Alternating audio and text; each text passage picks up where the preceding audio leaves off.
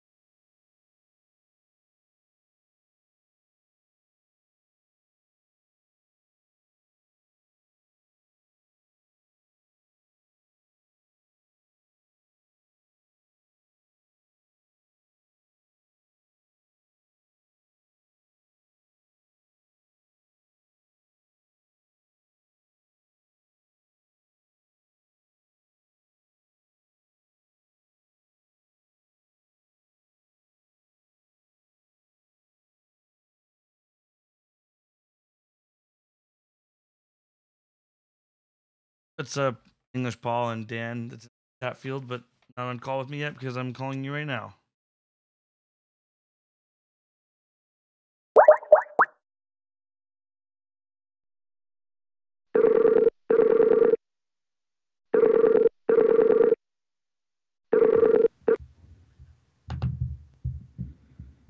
What up? Hey.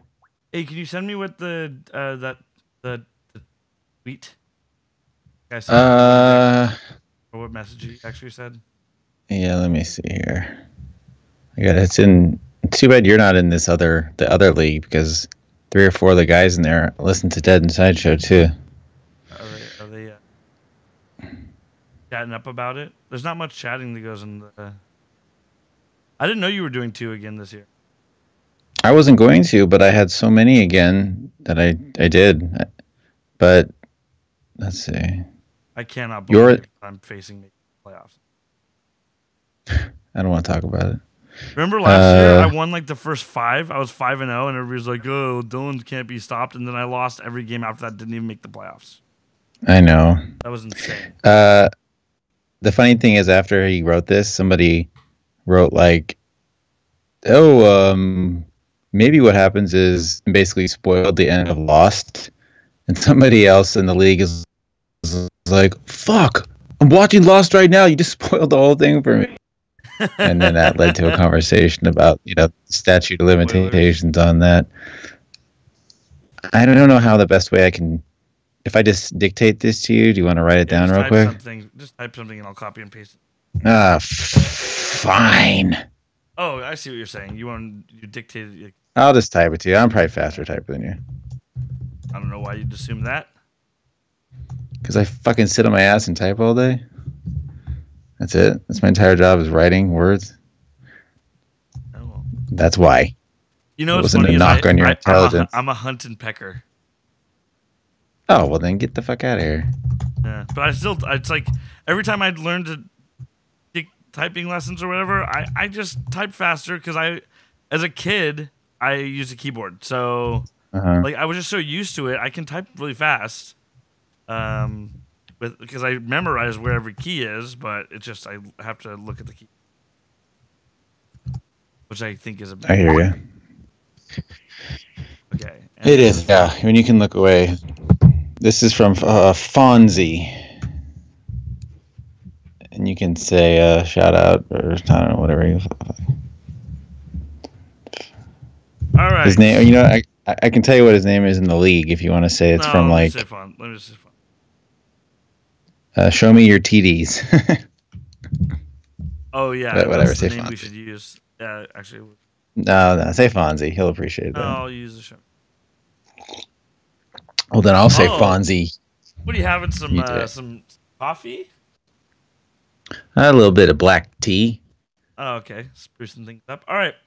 I guess let's get started. Not a ton of people in the chat right now. Just English Paul, who is just immediately making sure that we don't have the expectations of him being here the whole time. He wanted to make sure Okay. that we know that. Well, thanks a lot, Paul. As you say, piss off.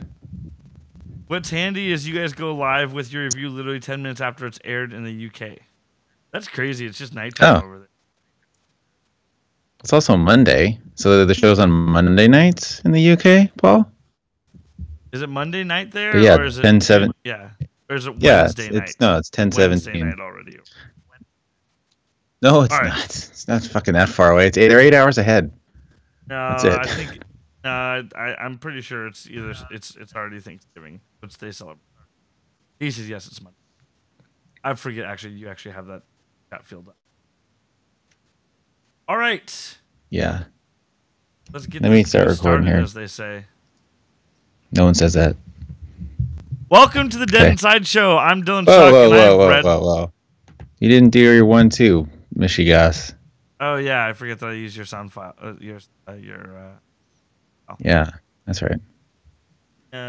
Actually. Welcome to the Dead Inside Show. All right, I'm ready to sync if you're ready. Do it. 1, 2. Okay. Hey, let's switch up. Let's have you say "Welcome to the Dead Inside Show" that you're Dan Fields and you've not read, and then I'll say, "And I'm Dylan Chuck." Let's do it. Okay, let's just do it. All right. And then welcome. Then you'll say, "In this podcast, we'll be discussing the 5th episode," and then I'll say, "In this show, we'll be analyzing the events from the recent episode." Okay, I don't. Okay, I'll do my best. You'll say, "In this podcast, we'll be discussing the 5th episode of the 8th season of AMC's original series, The Walking Dead." All right. Welcome to the Dead Inside Show. I'm Dan Fields from Save It From the Show, and I have read every issue of The Walking Dead. Oh, fuck. I'm just reading. You're good. Wait. Just redo it. All right. Welcome to the Dead Inside Show. I'm Dan Fields from Save It For the Show, and I have not read The Walking Dead graphic novels. And I'm Dylan Chuck, and I have read every issue of The Walking Dead graphic novels. In this podcast, we'll be discussing the 5th episode of the 8th season of AMC's original series, The Walking Dead. In this show, we will be analyzing the events from the most recent episode of The Walking Dead and comparing how they transpired in the graphic novels without any future spoilers. And big shout out to our Patreon supporters. If you want to be a supporter of the show, you can go to patreon.com/thewatchandtalk. And big shout out to our premium supporters, Shakita, June, and Kaka.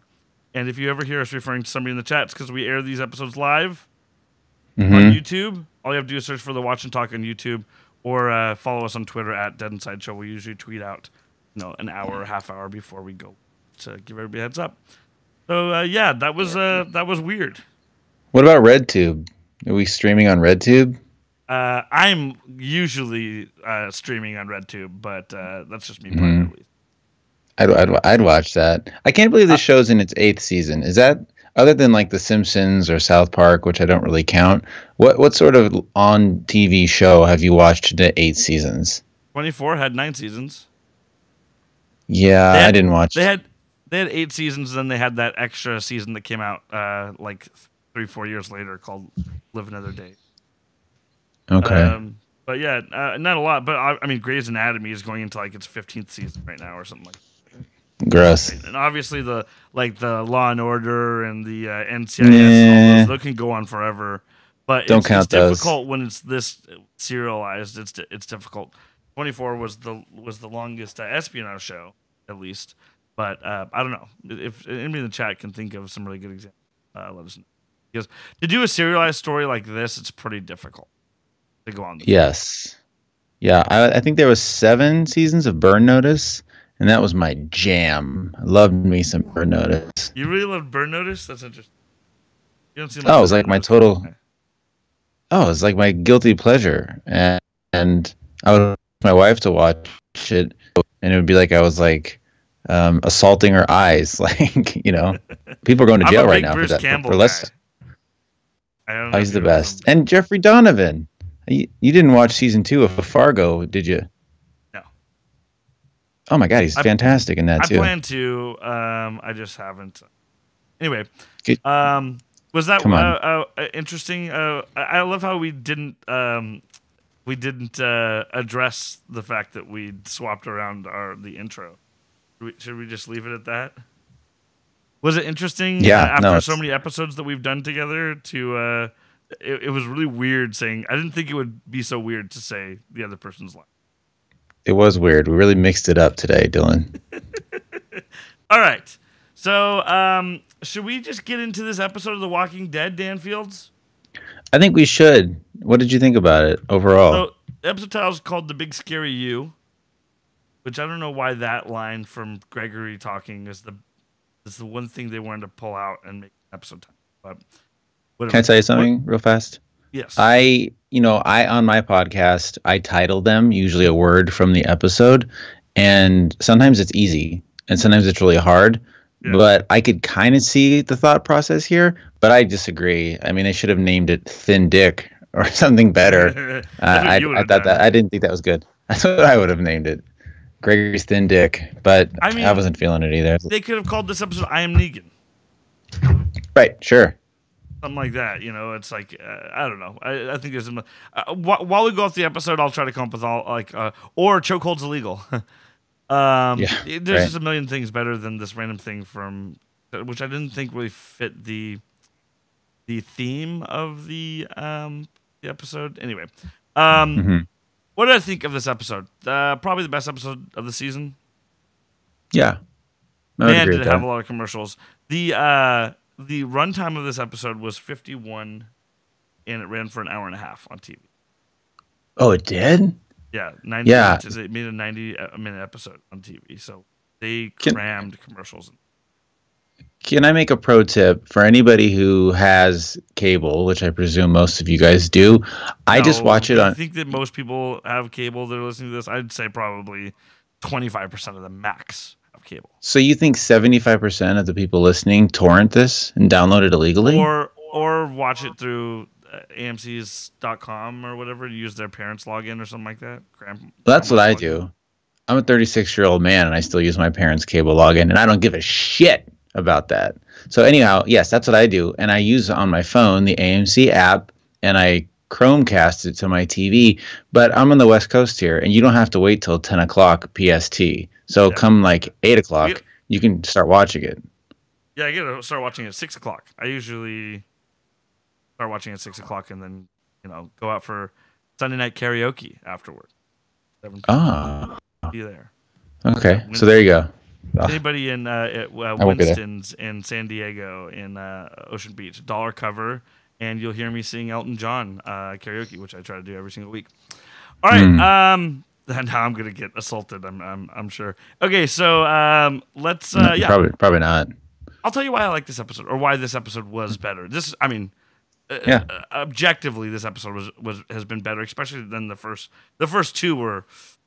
Ooh, man, it was like I know a lot of people that aren't even watching it anymore after those first two episodes. People just didn't care. And I'll tell you one thing, download numbers are down. They are down. And it may be because we just ran our mouths and talked a lot of crap, but I saw another Walking Dead podcast talk about it that I feel like is more positive than we have been. And I just feel like people are just less invested. But I'll tell you why. Well, it's the show. The show's down too. I mean, maybe some people are leaving our show, but I don't really think so. Maybe a few, but I think more people are just in general. Like, I honestly don't know if I would still watch the show if we didn't do a show on it. I might. I think this would probably be my last season, to be honest. No, I'm telling you, I would have at least let it pile up. I would have been pile up and I'll stream through. Like I'll binge through it. Like I don't need to watch it at 6 p.m. every week or whatever. Totally. But this was a lot of character interactions, right? That matter. Or we dug into Negan's psyche in it, and that's interesting, right? That has consequences, and there's points to it, right? We felt like we were trucking the story along, where when we were scattered around with all these scenes of people just blowing things up in not doing things smart and all that kind of stuff. Like, it was Right. tough for me to even come up with a worse decision this week. Me too. I had a hard time with it. I really did. I wasn't like, oh yeah, easy. In the first episode or so, I was like, oh man, I'm having trouble boiling it down to just one. Sure. So anyway, I really loved almost all of the Negan stuff in this episode. I like the Negan talking to Gregory a lot.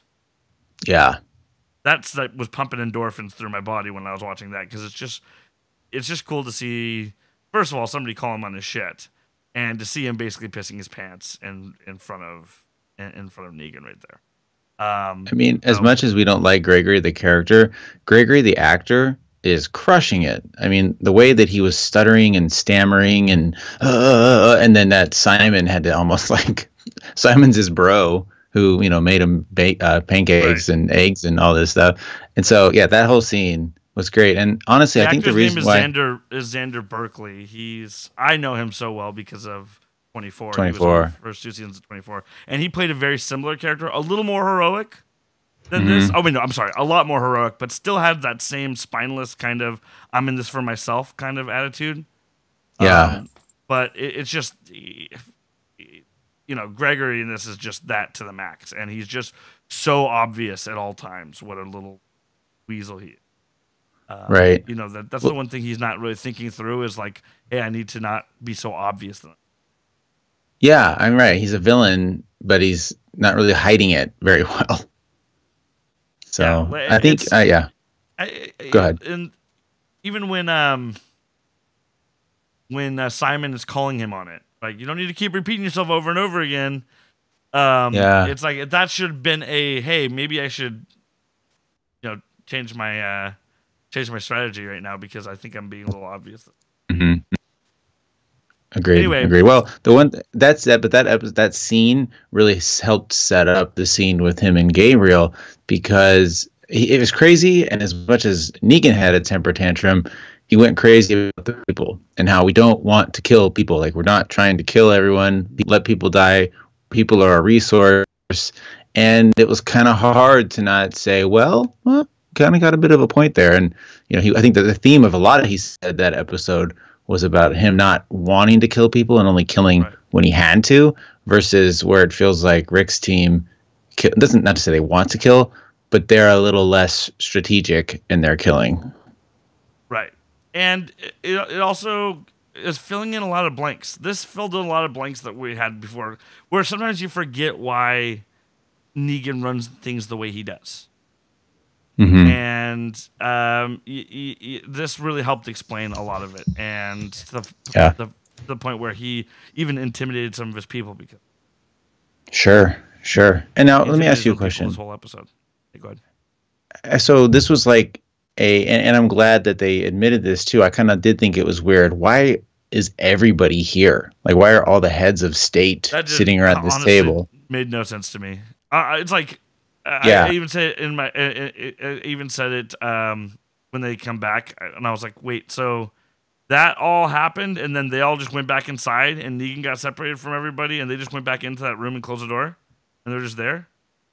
Yeah, that was weird. Well, I just meant in general, like, they did a good job of explaining this is like their monthly meeting where everybody from each outpost comes, they do the thing, and I thought maybe that's why we didn't recognize that woman, because have we seen her before? Yeah. I mean, we might have, but I don't think so, because every single time we've seen her, they've made sure to bend over backwards to say her name.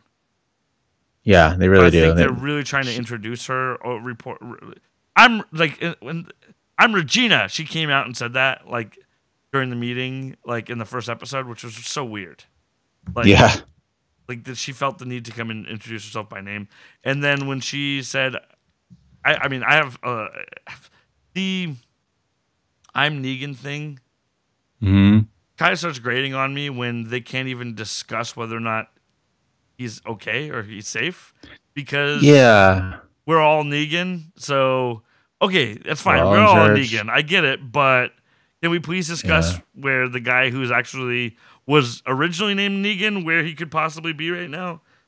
Right, But and maybe try Simon to. acted like Well, that was a we can't maybe we're do getting that. a You little can't. ahead of ourselves. I was gonna say like, yeah, let's. They could have gone out. You would have thought they almost very quickly were like, okay, well, I guess now Simon's in charge, and let's come up with a plan. Like they did not shed any tears for Negan. That's for Right. sure. It seems like there's a power battle as well between them, and who's going to take over if Negan does die, right? And we'll talk about that. We're obviously getting. All right, Yeah, so it yeah, yeah. starts off with Pull it Father back. Pull it Gabriel back. praying, and he's praying for dying with a purpose. That's something that's important, and I don't know where or when that is because it seemed like at first it started off in complete darkness, so it seemed like he could be praying. He could have been praying with Negan there, but then we see he's in a church praying. So Mm-hmm. I saw some people speculating that actually could have been after or before he had abandoned his people. That's what I assumed. It was probably after he abandoned. It was in that. I don't remember if that's the exact church. Maybe someone on Reddit has a screen cap, probably, but that's when I assumed. He had already turned his back on his flock. So then we get a flashback to the beginning of the season, or right before it, and it's just Gregory being a slime ball. And again, Simon telling him, "You already told me that 3 times. You don't need to explain yourself over and over again." And then to see him sitting at the table with Negan and Co. Also, he brings up pancakes. There's a constant bringing up of pancakes on this, and some people on Reddit were speculating that it's some type of inside joke between writers that we are not obviously privy to. So it's we'll see. We'll be counting. I'll be paying attention to future pancake references. Can I ask you a question? So, Please what do. what do you think Simon sees in Gregory? I don't know. There we go. Man, why the hallmark of any lie is when you over communicate your story, when you repeat yourself. It's hard to lie and it doesn't come naturally, so you stammer, you mess up. And even a guy like Gregory, who's kind of a professional politician at this stuff, would be a little bit better. He's clearly terrified, he's clearly lying. Simon knows. Okay, I think it's because Simon is in charge of the hilltop and he's also in trouble. So he's trying to do whatever he can to get this solved. Yeah. So he's grasping at straws a little bit. So that's when Negan yelled at Simon, it's because Simon's also in trouble for this. Simon's kind of trying to get himself out of trouble as well. You're 100% right. And then later on in the meeting, Simon piped up and stood up for him again, too. Yeah. He's like, I believe you just got to convince Negan. Because at first it seemed like he was, that they were working, Negan and Simon were working together to try to intimidate Gregory in a scene. But it seemed very quickly that Negan was rejecting Simon's plan because, first of all, he says, he says, I don't like killing people any more than you do, Gregory. And by the way, I wonder who Gregory's ever killed. But he says, I like killing people. And he says, you kill the right people in the right place and everything else falls into place. Kill one person, you could be saving hundreds more. That's what we're all about. We save people. And I thought this was really beneficial, too, to the story of helping us understand why they're called the Saviors and seeing Negan's perspective on what he's doing. You see, while he talks to Father Gabriel, and obviously he's jumping ahead again, that he thinks he's doing the right thing. Nobody's going hungry because of him, which is kind of ridiculous logic because people are out there getting the food and giving it to these other people, right? And working to give it to them. And that is meaning other people are potentially starving because of it, right? They're giving up resources and working and losing people. Yeah. Anyway, and Gabe was like, oh, hence the name Saviors. I get it. It was weird that Dwight was like, I'm going to go out and have a smoke. And again, a bad tell. Take from that. Yeah. Well, I think at that point is when he either went and gave the gun to one of these other workers.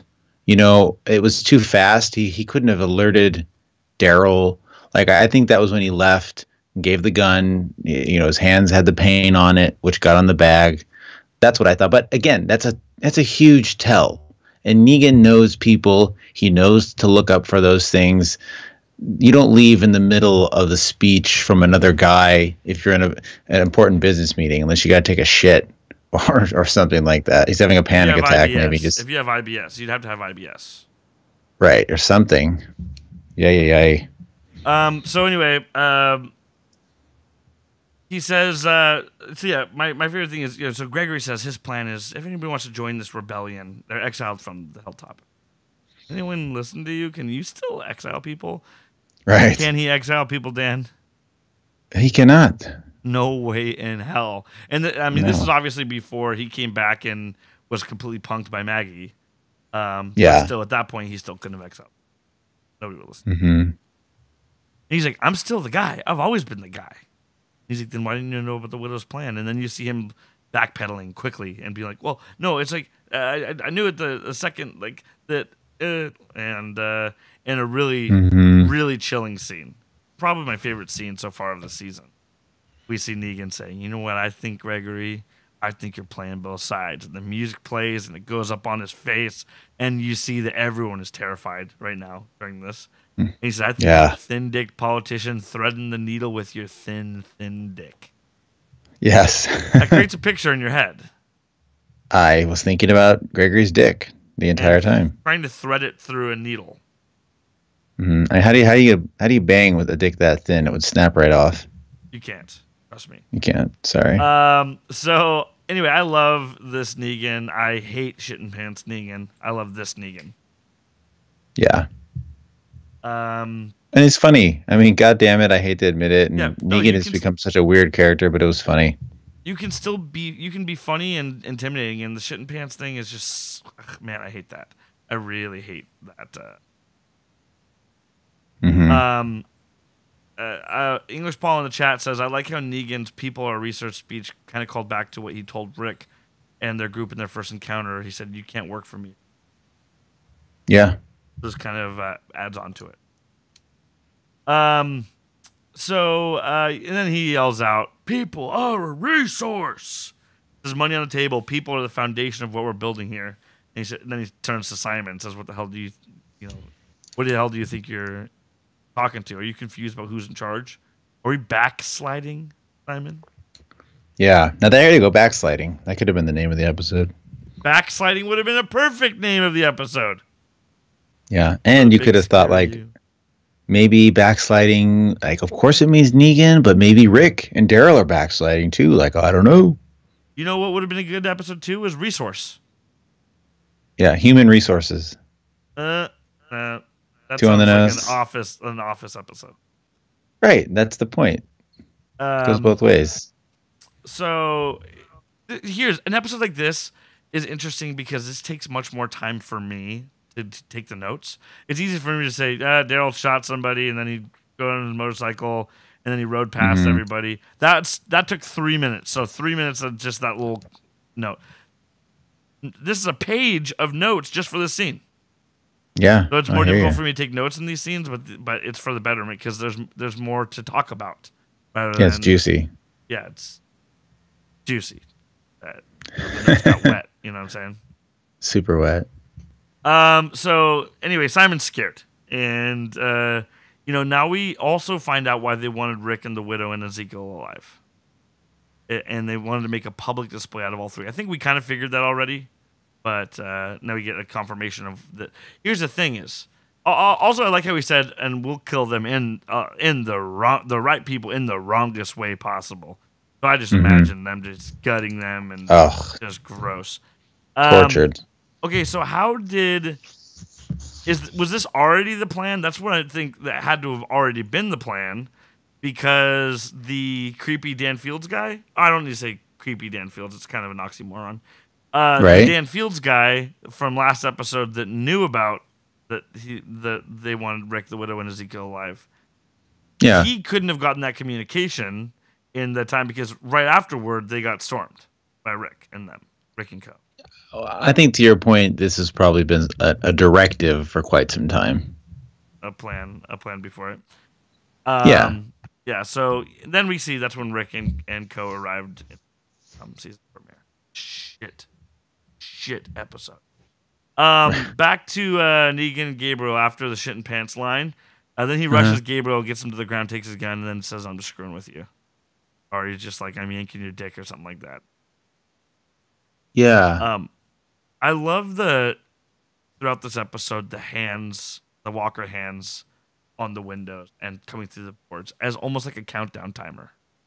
It did provide quite a bit of suspense, visual Yeah, suspense too. right. And I mean, I don't think either of us or anybody watching figured that both of them were gonna just get swarmed and die. I don't think that we were afraid of that, but it was still a cool effect. Hmm. And sometimes we forget that this is still a Walker show, or a zombie show, right? And just to show them go back to their horror roots when they do it, I really appreciate it. Yeah. Well, and not to forget too, there's a horde or a herd of just, I don't know, hundreds of zombies out there. And, to Negan's point, these aren't fresh zombies. They're gross, they're weird, they're decaying and all that, but they're swarming them. And it's always funny to me though, like at some point, I feel like if you would just be quiet in that little spot, wouldn't they Would just lose wander away. interest? Yeah. Yeah, kind I of, wonder. but whatever. Yeah, I who cares? wonder how like they what's their attention span? Right, right. Because Well, then if a sound happened behind them, they would go toward that sound and they wouldn't go, oh no, back to the original people there. But maybe they smell. I don't know. It is interesting. I thought the same thing. yeah. Then they have a conversation about Rick's an asshole, and then I love how Gabe was like, "You're an asshole." Yeah, he really, Yeah. stared him down. I mean, he Yeah, he didn't did. back down. Right. Yeah. Right. He intellectually challenged him. Hmm. And just kind of like you do to Eddie Galindo on Save for the Show. It's true. I'm always just intellectually staring down Eddie. But I think Gabriel knew he wasn't going to Take kill out, him. take out Save for the Show. Gabriel knew Negan wasn't going to kill him. Not only just because of his resource, Baloney, but because he needed his help. And I think Gabriel knows too. Like the fact that he didn't kill Carl, he didn't kill Daryl. Like Negan doesn't want to kill people, as crazy as that seems.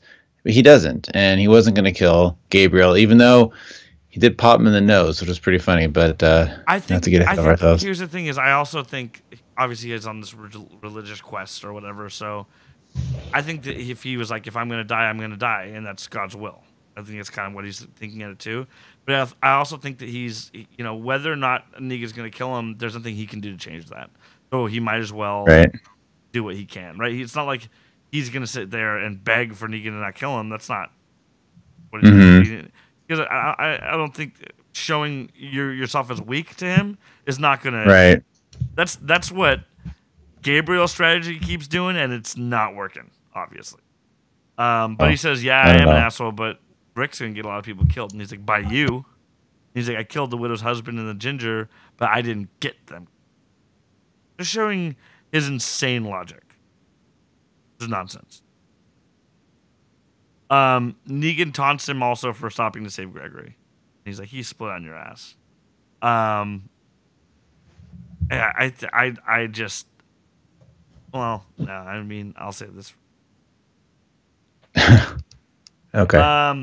So I will say this one thing I meant to mention at the beginning with Gabriel's little backflash thing or flashback rather, is that I'm a little backlash. Backflash, no, it's flashback. Is that here we are again? Like this is sort of like his version of Ezekiel standing on a car trying to pump everyone up. Like Gabriel has been redeeming himself over and over and over, which I kind of feel like this is something you see in a lot of movies where there's like a guy on his knees, like crying and talking to God and begging God for something. And that's fine and all that. But at some point, it's like, dude, you're cool now, right? You did enough. You're on Rick's side. Just chill out a little bit. You Remember have how much a purpose. Rick hated him? Oh my God, totally hated him. But There was a time they're- where he wanted to redeem himself, and they were going on a mission. I don't remember what the mission was, and he was like, I'd like to go, and Rick said, no, anybody else, like immediately. Remember that line? Like right. the big. I think that was probably our best line of the week that week or whatever. Probably, but yeah. Immediately he's like, nope. Who else? It just Yeah. shut him down immediately. And you don't even think of like Gabriel like that at all. It's also interesting to see how characters evolve in shows over time, and how there's a time where people probably thought they would never forgive Gabriel for something, and Sure. and seeing how things change. for sure. But yeah, anyway, he says maybe this is the reason that I'm here, and he's like, I think I'm here to take it. Yeah. Boom, boom, And with a weird look on his boom. face. Yeah, like It's a bit of a bludgeon creepy on look. his face. Yeah. For some reason, this episode, he decided that everything he says is going to be about his purpose. Mm-hmm. Yeah. After the credits, Rick goes back to the guy he stabbed laying on the road and explains to them that everybody from the kingdom's dead. What I don't understand is why they believe him. Right. But they're right. But he's right, except for the king, the Axeman, and the short-haired psycho lady. Well, but the thing is, too, that's it. That's all the kingdom had was 30 soldiers, which for soldiers, yeah. I guess so. I mean, that's a decent amount, but dang, yeah. Yeah, I mean, people are resource. He doesn't have that big of resources, obviously. No. After the guy dies, Rick stabs him in the head. What a concept! Right? Thank you. Is it like the writer of this episode decided they wanted that, and then the first 2 episodes, the writers were like, "Oh no interest." Mm-hmm. That's boring. Seriously. We've already seen that. And he did a weird thing, though. He was like grabbing a rock when they first walked up to him. Did you notice that? No. I thought they were going to try to do some shenanigans where he was going to throw a rock at Rick or something, but he never did. Rick was going to get rocked. Yes. Fucking Rick. A bad. Yeah. You want to cut that out of the show? Go ahead. No, I'm just kidding. I like how Negan tells Gabriel that he spanked off right where he was sitting just to calm down before he got there. Right. Always a jokester. Like, Negan is never you think serious. He was joking? I do think he was joking. What? He's a dry guy. Clearly, he didn't have any lube with him. No, but you gotta. I think in that situation, if I was locked in a trailer surrounded by zombies, I could easily see myself whipping it out, going to town. Yeah. Well, you love zombies. Mm-hmm. It's hot. No people are around. I'm not like Louis C.K. Can't do that with people. No. There you go. Yeah. You guys ever discuss Louis C.K. on your podcast? Yeah, we did last week. I went in pretty hard on him. He's a piece of shit. Yeah, I saw your tweet saying that one of your biggest fears is for one of your family members to walk in on you doing that. Right. Yeah. It's a good point. Or my wife, I would never, for that matter. I would never. Yeah. Anyway. Yeah, it's weird. But he asked people before, which makes it okay. Right. Do you mind if I do this? Oh no, go ahead. By all means. Anyway, that's enough. So after the opening credits, I already said that. We're gonna keep on, just keep on keeping on. So the council resumes without Negan. We kind of discussed this, and I wrote that this confuses me. Mm-hmm. They just went back in the room and sat down and started having a meeting. Okay, whatever. I think Negan's dead, and I'm Negan. Are you saying you're someone else, Regina? Yeah.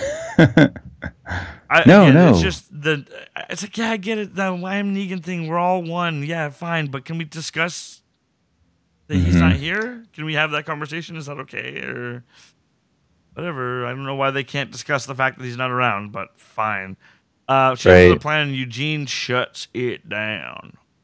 Really? Sure What's did. up with Eugene? Like, really? Like, I have a hard time of Eugene coming back to. I don't know. Is that what? Well, I have a prediction about that. That's my prediction. For the prediction of the week. Yeah, let's save it for that. Save it for the prediction of the week. So yeah, Dwight. See, I told you there's kind of a power struggle. I think Dwight quickly shows that he's in charge. Well, I think Dwight is worried because he's the mole and they're sniffing it out.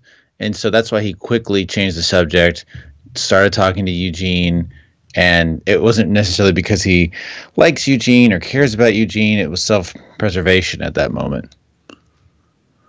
I don't know if I've discussed this, but I got to give it to them with Dwight's face makeup.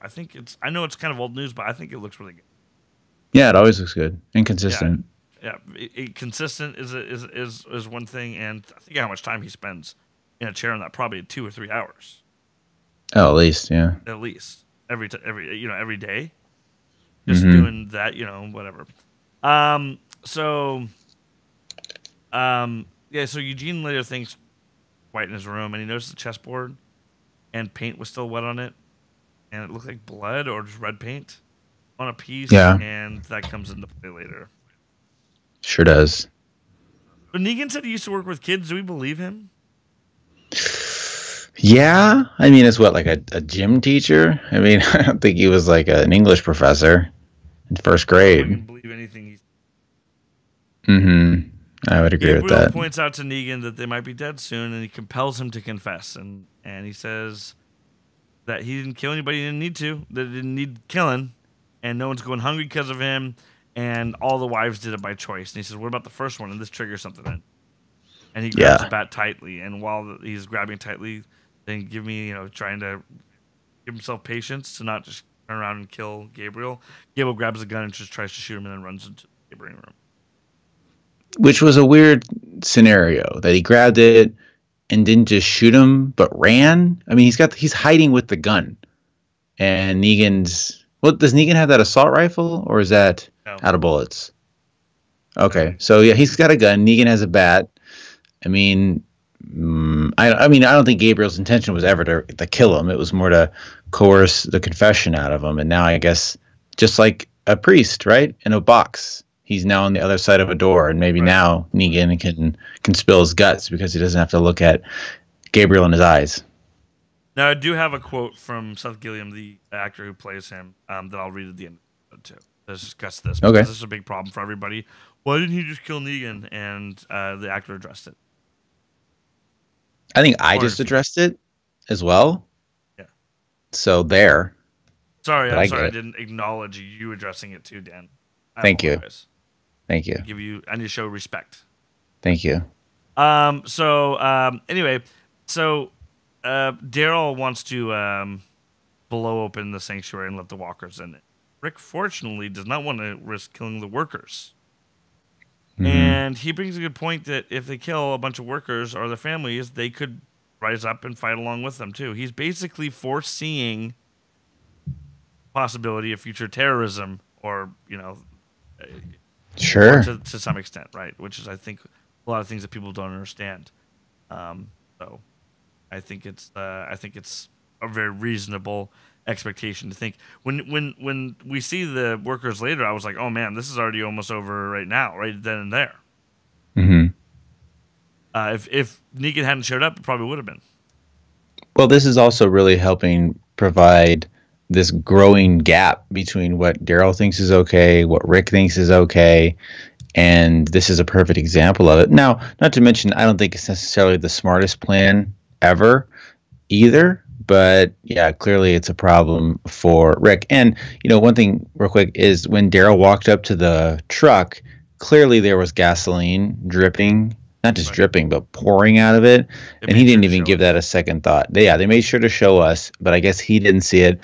And I kind of feel like that's something Daryl would have seen from a mile away because he's usually pretty savvy about this stuff. So you're saying his brain's clouded right now by his vengefulness.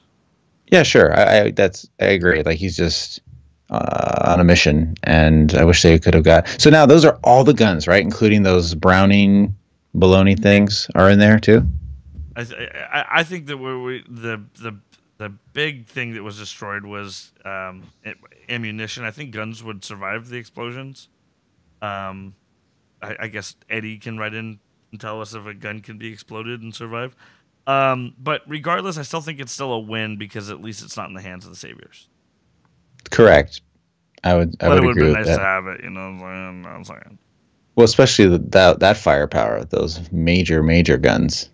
So Daryl disagrees, and it quickly turns into a fight. And Daryl uses a chokehold on him.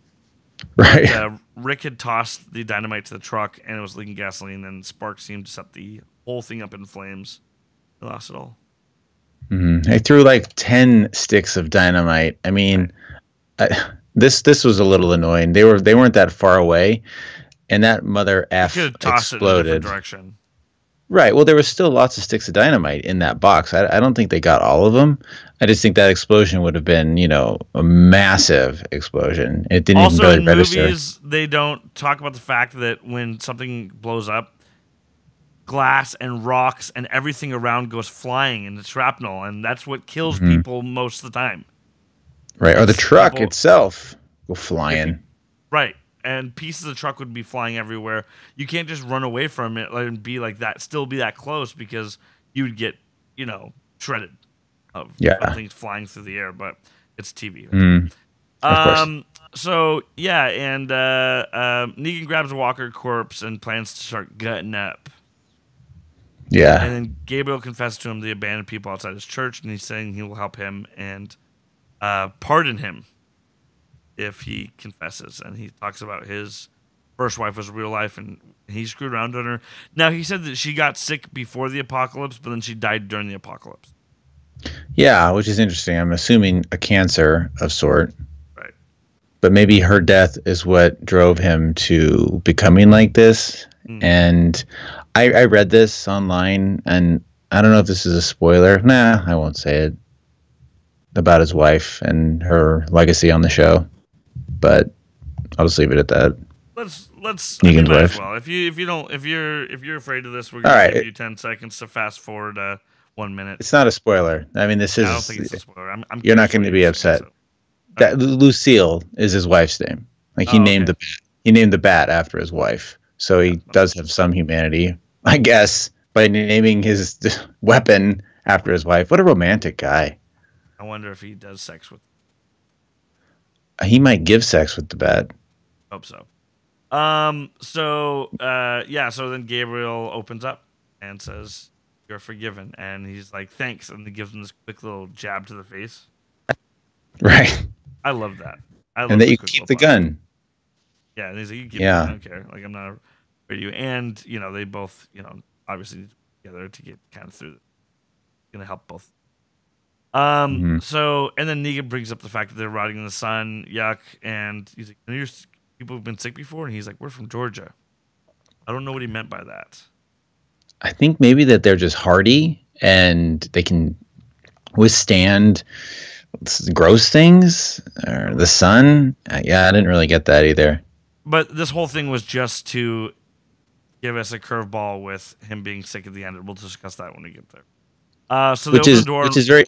Which is very interesting, because if he is getting sick, now the guts they put on them did look pretty fresh and not, putrefied, which you kind of would expect them to be. And remember, Fear the Walking Dead, at least, the first 2 seasons, their absolute favorite thing to do was Nick would dress up in blood. Christ, every episode, it seemed, and he never got sick. So it is interesting to me that not only did Gabriel potentially get sick from it, but he got sick very quickly. So we'll see. And so they open the door and walk out, and must just be bizarre to be that tight in a crowd of flesh-eating zombies. Yeah, they did a really good job too of showing the look on their face and how just goddamn tight they are. Yeah. Scary. Yep, I completely agree. They did well on this, and then they start, I guess, sniffing them out, and somehow they're able to slide through, killing one at a time. Although if these were characters that weren't main characters, they would have been eaten. Well, why didn't they put it on their face and head? I mean, I feel like that's just, it's life or death right now. Because they're like, it's gross. That's what I mean. Like Jeffrey Dean Morgan and Abraham's actor, they didn't think throw some blood on their face and hair and really sell it. But Abraham's whatever. actor. Gabriel's actor. I'm sorry, Gabriel. My bad. You know me. I always mess those 2 names up. And the other one's Negan. Yeah. Thank you. No worries. But yeah, so, and then a walker fell on them, so I guess, what happened to them? They must be dead. Then the workers start rebelling against their savior leaders. The power's out, it's too hot. Regina ends up killing one of them just as Negan arrives, and he whistles and everyone kneels. Well, hold on now. Father Gabriel kneels also, by the way, in that scene. That is very weird, because why would he know to do that or care? But Regina shot a worker who pulled a gun too, right? Right. Yeah. No, it seemed like they pulled the gun, but I think that she just chose the person because they were talking the most trash. I don't think so. I think that's the point. I think Dwight gave a gun to the worker, and that's why there was red paint on the bag. They're like, hey, we figured out where he got the gun from. It's one of ours. Because I think Regina saw a worker pull a gun, and she quickly shot that worker. While while we're discussing this, I am pulling it up so we can be certain on that. I'm 95% sure Yeah. on that. Where's English Paul? Is anyone else in the chat room? It's like No. I have it up on the screen. Okay, I might as well take a time. go ahead.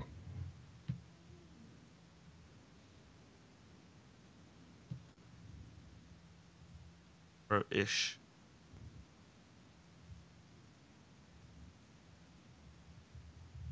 Can you hear that? Yep.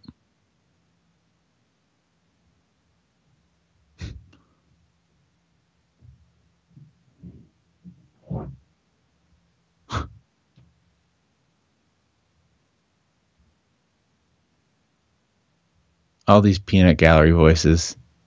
Where's Negan? Oh yeah, you're right. I am Negan. Okay, I get it. So I was confused about where that bag came from, but now I understand. Okay. Thanks a lot for your help, English Paul. Psych, you didn't help at all. So let's see. But I do agree. Why Gabriel? I mean, quickly got down on a knee.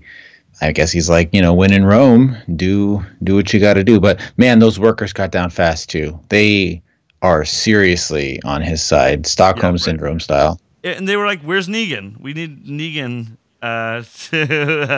We need we wouldn't want to answer unless Negan is here because it's like they clearly don't really seem to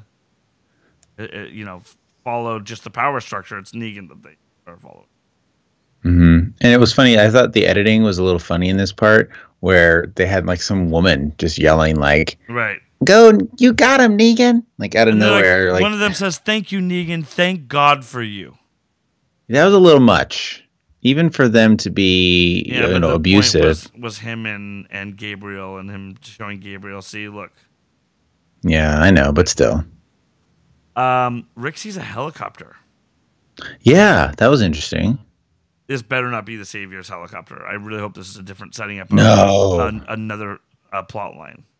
It's got to be. I mean, Negan's plot line's got to be getting close to being wrapped up here, right? Like the helicopter's got to be. The next potential plot line?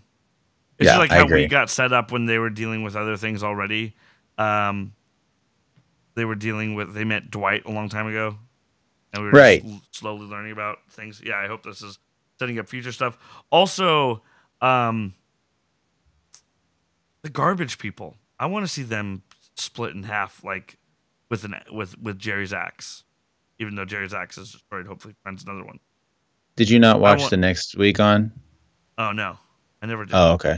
All right. Sorry. Well, interesting. Spoiler, sort of. Without discussing any events from any future episodes. Oh, well, fine. I didn't see the next episode. I watched the next time on. That's what most people do. Yeah, but that's spoiling events from the future episodes. We don't do. All right, we say you want to cut it out? Part of our decree. No, it's fine. Because Okay. you didn't say anything. You just said that you just hinted that they're possibly going to be a part of it. I'm excited. I want to see them eaten alive. Okay, good. I want their fingers broken one at a time in different places. Okay. And their toes. All of Eugene them. figures out it's Dwight based on the blood from the chest piece or the paint on the chest piece being on the bag of ammo.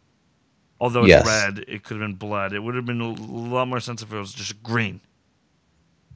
Yes, but I guess sure. I agree. It could have been blood. For sure. Shortly after, he's compelled by Negan to solve the situation, so you see that he's getting pressure to solve it also. Mm-hmm. And we didn't talk about is when he went to Dwight to give him the jar of pickles, which was kind of a funny, classic, talking out of his ass, overcomplicating things scene from Eugene. Yeah. Mm-hmm. But yeah, so Negan is trying. I'm just saying we didn't talk about that. We talked about it because I said that he found the paint. Oh, you're right. We didn't mention the pickles with his funny line about the pickles. Always mention. This is important, I think, because they are under siege right now. They are surrounded by hundreds and hundreds of zombies. They don't have their guns to just tear through them. So there is a problem still, a major problem for them to solve. Then Eugene visits Gabriel, and he's talking to him like Gabriel's not going to even know who he is. He's like trying to remind him who he is. Yeah, Christ, didn't they live together for months? Yeah. And It's then weird. he opens it and finds out he's turned sick. Hmm. And as coincidentally explained by Negan, although they could be a red herring and he could have gotten bit. So we don't know if he's sick because of the walker guts, which is what Negan explained earlier, or if he got bit.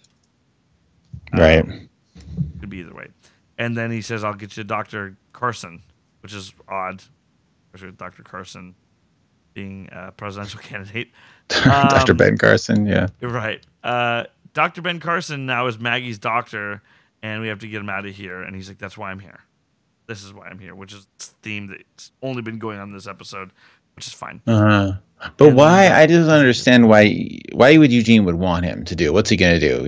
Give him a shot and help get the zombie poison out? But I don't know. Maybe I think he's Eugene just sick. doesn't I need to know. get you a doctor. I need to get you the doctor. Yeah, true, You're sick. true. And then I think that he's gonna be like, I think that now we're gonna find out exactly where Eugene is, like where he is on the spectrum. Is he fully bad, or is he gonna have a redemption arc?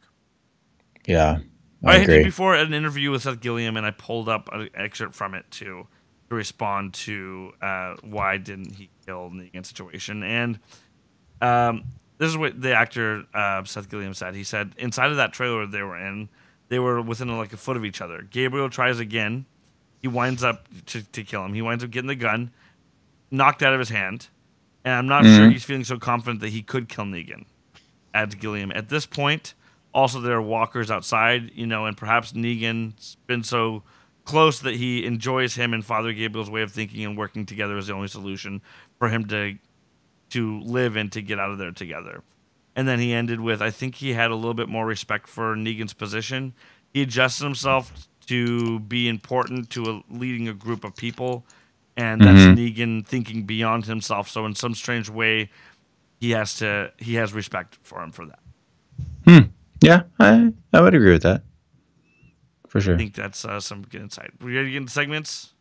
Let's do it. All right, our segments, we go over our awards for the episodes. We're going to the first one, which is the worst decision. Yeah. Want me to go? I still say, even though he's given some good reasons, man, I would just wish that they'd end a lot of things. The whole thing would be over if Negan was dead, so I'd say him not trying harder to kill Negan, although I understand his reason. Mine was Dwight. He's doing a lot here to set them up, give all this intel. And I think him running out of the meeting, maybe grabbing the gun to give to the worker, that's sloppy. And he's going to end up getting caught by somebody. So, yeah, that was a bad decision to do that. The next one, which wasn't so easy, which is the best kill. Oh, boy. Yeah. But I mean, what? The guy that There really wasn't one. That Rick stabbed from last episode. I guess, yeah. I mean, I guess they shot some zombies, but there was no signature kill. There was no environmental kills. So no, I didn't really have one. I guess it would have been one of the kills that they got while they were going through the horde or something like that, or it could have been the one where he was pissed off at Father Gabriel when he snagged the gun and went to the other room, and then he just got his frustration out on another walker's head. Yeah, no, that was gnarly. But whatever. How good was the makeup when they were walking through the horde? Man, those zombies were done up. Think about how so many well. people worked on that. How many people were working on that makeup? Because they were really showing they were rotting in the sun for a long time, and that every single one, it wasn't just face makeup; it's the whole body. Yeah. And these people are in, the Atlanta sun.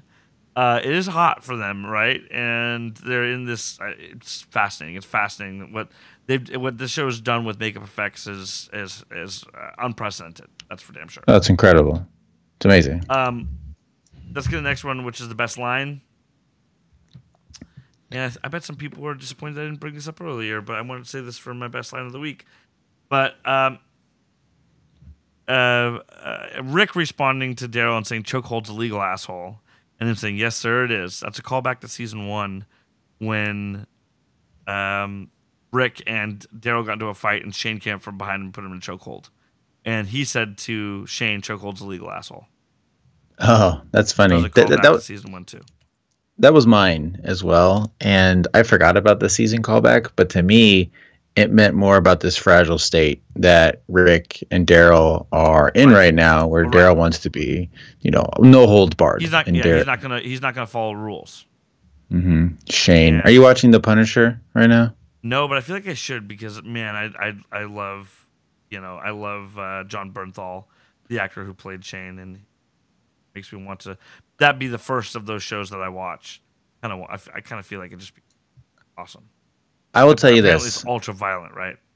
No, I watched the first two, and it was kind of ultra boring. And I think I need to stick with it because he's great in it and brooding. And I heard him on Howard's.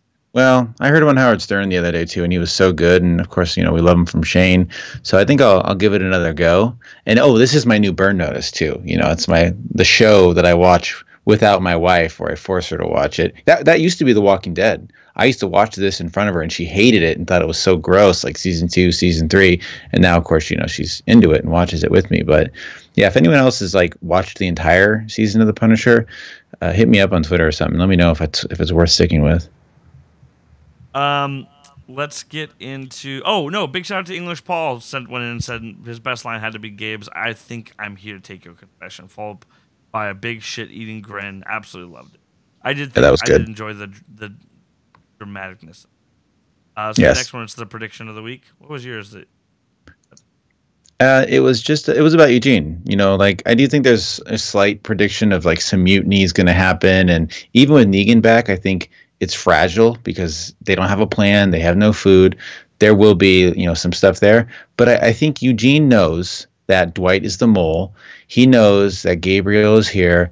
Maybe there is a bit of a redemption line, like you said, for Eugene. Maybe he doesn't ball Dwight out, and maybe even helps them escape or ultimately do something. And the question is, does Rick take him back? And I think Rick would. I definitely don't think Daryl would. And, there could be a scene where Daryl's like, I gotta kill him, Rick. And Rick's like, no. And then Daryl ends up killing him, and it even further strains their relationship. No. Or maybe Gabriel jumps in front of Eugene and takes the bullet in order to do something. That might be interesting. I got a better episode title. Also, That's Why I'm Here. Yeah, there you go. That's or better. Why I'm Here. Why I'm Here. Mm-hmm. Would have been perfect. Yeah, and I do think now I've been saying all season that I think Ezekiel's going to die. I still kind of think he might, but now I kind of think it's going to be Father Gabriel. We need to lose a character. You only pick African American actors to die on the show. How dare you? Kind of. Well, they're in precarious positions right now, and I think Gabriel, maybe not even from the flu, and maybe not from heroics. I don't know, but I think he could be one that would be, like you said, a hard one to lose too. I like Gabriel, and I like him on the show. I would be bummed out if he was off it. Let's get the last one. Oh no, my prediction. I think Gregory has to have a bad interaction with Negan. Negan seeing him do that to Gabriel, I think was very important. Mm-hmm. So we'll see how that goes. But I don't think that anybody expects Gregory to. No, God no. And lastly, we have our tweet of the week. Yeah. This was sent in by somebody named Fonzie. And it said, okay, well, here's my theory. What if the little girl is Negan's kid? They wrote Vegan's kid, but I think they meant Negan's kid. And that he had her hidden away from there so people wouldn't find out. Or he just said the guns were there to protect her if anybody wanted to attack. Yeah. What do you think? Why not? I think it's interesting, and I think that negates the importance of that fight, because where we are now, it seems like that guy was fighting to the death to protect his daughter.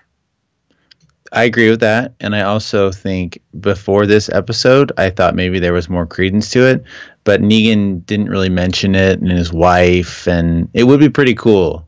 And because one thing this episode did do, it did give Negan some humility, but I would have liked even a little more backstory on him, and to find out he's got a little girl. I mean, I want a flashback episode, man. I would love me a flashback episode of him before the apocalypse. Oh, yeah. They don't do that, or him in the early days of the apocalypse. But I don't. Think I don't think so. Satisfying for everybody, and they don't want to satisfy everybody. Nope. Anyway, thank you, Fonzie, for that tweet of the week. If anybody ever wants to send us in a tweet discussion topic, we curate one from every week and have a little bit of a discussion about it. So tweet us at Dead Inside Show for that. Or if you don't use Twitter, you can always Facebook us or email us a small thing that's Twitter length. Now 280 characters. So yeah, that's a lot of options. Yes. Yeah. So no reviews this week, especially not any tearing my soul apart or talking about my cadence being the most annoying thing in the world. So there's that. But if you would like to write us a review, go into iTunes, write us a review. We'll read it. We appreciate it, unless it's really, really mean. Hurts my feelings. Yeah. True that. Dan, where can people hear more of you potentially on the internet if they wanted more? If this episode wasn't enough, because sometimes enough isn't enough. No, it's not enough. So why don't you listen to Save It for the Show at savefortheshow.com, or I don't know, rip into iTunes and search for it, and follow me on Twitter at Dan the Beast or at Sift Show, and it's a lot of fun. We have a great time. Last week's episode, like I said, I went in pretty hard on Louis C.K.'s dumbass and the notion of jerking off in front of other people, and that's the kind of show it is. Not creepy though, but fun. So check it out. That should be your tagline on like your cover art. Not creepy, but fun. We're perverts. We're not creeps. I guess or maybe they're the same thing. I got to work on that. All right. Yeah, for me, you can check out The Watch and Talk, which is my movie review podcast. So we will do a non-spoiler review of a movie, and we do a fun top 5 list before it. So you can listen to it even if you haven't seen the movie, and we give a letter grade and recommendations on whether or not you should see it. And then at the end, there's a spoiler section, so you can listen to the whole thing if you've seen the movie and you want to hear a more in-depth conversation about it. And that's called The Watch and Talk. Last week, we just reviewed Justice League. All in. Yeah? Justice League, Dan. Okay. Sure. Why not? Movie fucking sucked. But you can hear us explain why we think it sucked. But surprisingly, of the 2 other people I recorded with us, I disliked it the least. Everybody else disliked it more, but I just think I just don't care. Yeah. So I just don't think I was as offended. And the people we recorded really had high hopes and stuff like that. So I wasn't really offended. I was like, yeah, it's like this movie is a movie. Anyway. Next week we should be reviewing. Hopefully we will be reviewing Coco, but try to see if we can review The Darkest Hour, the new Winston Churchill biopic, which looks really good. So I'm really looking forward to that. So we'll check that out. So yeah, check those out. And for the you can follow me at Schuckster. That's SCHUCKSTER. And that's in the show notes along with Dan Field's handle. The show, you can follow us at The Dead Inside Show. I'm sorry. You can follow us at Dead Inside Show. You can go to our Facebook.com/TheWatchAndTalk. Go to deadinsideshow.com or email us deadinsideshow@gmail.com. And that's it. I'm Dylan Schuck. And I'm Dan Fields. And we'll see you here next week.